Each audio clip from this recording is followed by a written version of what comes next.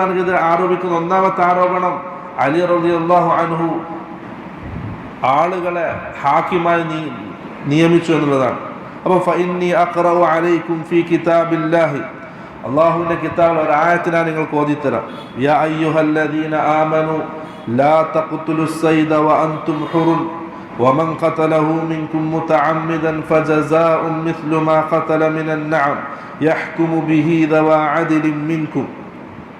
ഈ ആയത്ത്, നിങ്ങൾ ഇഹ്റാമിലായിരിക്കെ അവിടുത്തെ മൃഗങ്ങളെ കൊല്ലരുത്, വേട്ടയാടരുത്.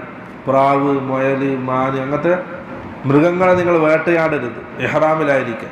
ഇനി ഇഹ്റാമിലായിരിക്കെ നിങ്ങൾ വേട്ടയാടുകയാണെങ്കിൽ എന്ത് ചെയ്യണം? നിങ്ങൾക്കിടയിലുള്ള വിധികർത്താക്കൾ എന്താണോ ശിക്ഷയായിട്ട് നിങ്ങൾക്ക് വിധിക്കുന്നത് അത് നിങ്ങൾ സ്വീകരിക്കണം.